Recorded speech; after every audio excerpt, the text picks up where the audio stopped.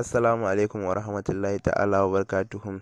Wato jan hankali da bincike da nazari da muka yi ga shugabannin Najeriya a cikin kawo ci gaban da suke yi suna tuƙa da warwara ne, suna gyara wani guri suna toshe wani guri. Wasu ma a takaice ɓatawa suke ba ma gyarawa suke ba. Idan muka duba mutane za su ce za su kawo ci gaba amma sai su kawo wata wahalar da ta fi wannan da ma baya ma ya fi sauƙi. Yanzu misali idan muka duba komai a Najeriya ma ya ƙara tsada muka yi duba zuwa ga Buhari akan ya ce sauƙi zai kawo.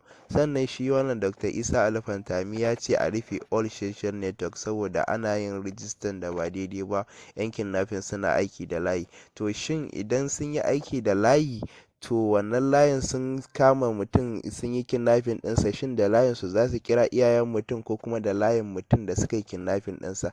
Kun ga ba su kira mutum da layin online nasu ba, yadda su kira da layin mutumin da suka yi kidnapping ɗinsa. To mutane sama da mutum miliyan 2 suna ci a all Nigerian network ɗin nan. To yanzu an zo an dakatar da su.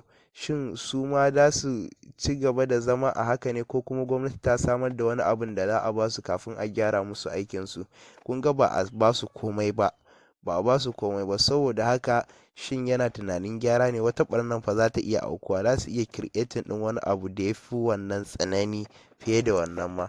To don haka ya zanen yatsun mutane sai a kira yaro daya sai a masa rijista, sai a yi ta daukan biometric, wani sai a yi kaman guda 50 ko 100, sai a shiga online a dauki wasu hotuna da ba a san da su, sai a saka sauran bayanai gaba daya, kawai sai a yi rijistar sim, sai a ajiye, sai a ce in ka zo sai a ce kana son ka samu wanda aka yi rijista ne, ba sai ka bada bayanan ka ba, sai a ce za a kara maka 300 a kai, za ka kara 300, sai ka kara sai a baka.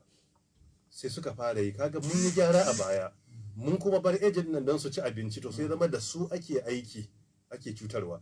Duk sim ɗaya da aka yi garkuwa da wani, in mun bincika sai mu samu ba a kamfanin wayan aka yi rijista ba, a wurin agents ne. Sai ka samu ko bakin kasuwar anguwa kaza, ko a ƙauyen local government kaza a Potoskum, ko gari kaza a cikin Jalingo, ko anguwa kaza a Darazo. Irin waɗannan yaran da muka ɗiba wanda 'ya'yanmu ne, su suke yi, sai su rika yin abin da bai dace ba. Wannan ya sa hukuma ta ce to tun da aikin hukuma na farko a duniya shine kare rayuka, so duk wani abin da za a duniya wannan shine dole zai zama number 1. In ka duba kundin tsarin mulkin Najeriya na shekara ta 1999 karkashin section 14 subsection 4 under article B, cewa the responsibility of each and every government is the protection or the security and welfare of its citizens. To da suka yi wannan abubuwan, malam ya mai da hannun agogo baya.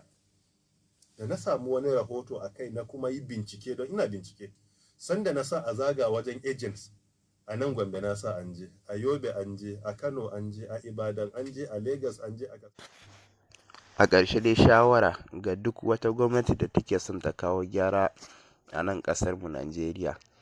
Ba zai yiwu a zo za a kawo gyara ba a samu wasu mutane suna cin abu akan sa a ce za a yi gyara, sannan kuma a toshe musu hanyar cin abincinsu, ba a samar musu da wata madogara ba kafin a yi wannan gyaran. Sannan kun ga kuna tunanin gyaran naku zai yi cikin kwanciyar hankali kuwa? To duk wanda ka toshe masa hanyar cin abincinsa baka samar masa da wata ba, to ƙoƙari dai ya samar wa kansa wata hanyar cin abinci, komin muninta komin tsananinta. Kuna tunanin 'yan garkuwa da 'yan daɗi bindiga za a ku rabu da su, za a rage su, za a kawo ƙarshen su? To a ƙarshe dai duk wasu da kuka gani talauci ne da tsananin rayuwa ya sa su shiga cikin wannan harka, kuma kun samu wasu ma kun ƙara toshe musu hanyar cin abincinsu. To a takaice dai za su iya ƙaruwa ne ma ba ma ragu.